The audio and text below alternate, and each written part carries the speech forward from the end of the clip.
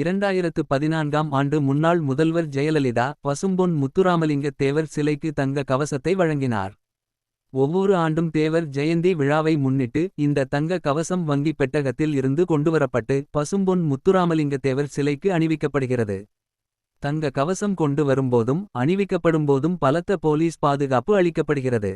அந்த வகையில் அக்டோபர் 24 இன்று மதுரை அண்ணா நகரில் உள்ள பாங்க் ஆப் இந்தியா வங்கியில் பெட்டகத்தில் உள்ள தங்க கவசத்தினை ஆதிமுக பொருளாளர் முன்னாள் அமைச்சர் திண்டுக்கல் சீனிவாசன் மற்றும் தேவர் நினைவிட பொறுப்பாளர் கையெழுத்திட்டு பெற்று பலத்த போலீஸ் பாதுகாப்புடன் அங்கிருந்து கார் மூலம் பசும்பொன் தேவர் நினைவாலயத்திற்கு கொண்டு வந்தனர். அங்கு சிறப்பு பூஜைகள் செய்து தங்க கவசத்தை தேவர் சிலைக்கு அணிவித்தனர். அதனைத் தொடர்ந்து அங்குள்ள கட்சி நிர்வாகிகளும் தொண்டர்களும் நீண்ட வரிசையில் நின்று தரிசனம் செய்தனர். இந்த நிகழ்வில் முன்னாள் அமைச்சர்கள் ஆர்.பி. உதயகுமார், நத்தம் விஸ்வநாதன், செல்லூர் ராஜு, எம்எல்ஏ ராஜன் செல்லப்பா, முன்னாள் எம்எல்ஏக்கள் சரவணன், மலேசியா பாண்டியன், டாக்டர் சரவணன், ராமநாதபுரம் மாவட்ட செயலாளர் எம்.இ. முனியசாமி, அனைத்துலக எம்ஜிஆர் மன்ற துணைச் செயலாளர் ஆர்.ஜி. ரெத்தினம், மாணவரணி மாநில துணை செயலாளர் வக்கீல் செந்தில்குமார், மண்டல ஐடி விங் செயலாளர் சரவணகுமார், ஒன்றிய செயலாளர்கள் செந்தில்குமார், சுப்பிரமணியன், முத்தையா, லோகிதாசன், கர்ணன், காளிமுத்து, முனியசாமி பாண்டியன், கருப்புசாமி, குப்புசாமி, பூமிநாதன், நகர் செயலாளர்கள் பால்பாண்டி, வின்சென்ட் ராஜா, மாவட்ட எம்ஜிஆர் இளைஞரணி துணைச் செயலாளர் நேதாஜி, மாவட்ட இலக்கிய அணி இணைச்செயலாளர் பாப்புலர் பன்னீர்செல்வம், மாவட்ட அம்மா பேரவை இணைச் செயலாளர்கள் முனீஸ்வரன், சண்முகம், மாவட்ட வர்த்தக அணி இணைச் செயலாளர் தவ முனியசாமி, மாவட்ட அம்மா பேரவை தலைவர் டேவிட் பிரதாப் சிங், மாவட்ட விவசாய அணி இணைச் செயலாளர் பசும்பொன் முருகன், வக்கீல் முத்து முருகன், ராமநாதபுரம் தெற்கு ஒன்றிய நிர்வாகிகள் ரமேஷ், அசாருதீன், ராஜேஷ், சந்திரன் உள்பட பலர் கலந்து கொண்டனர்.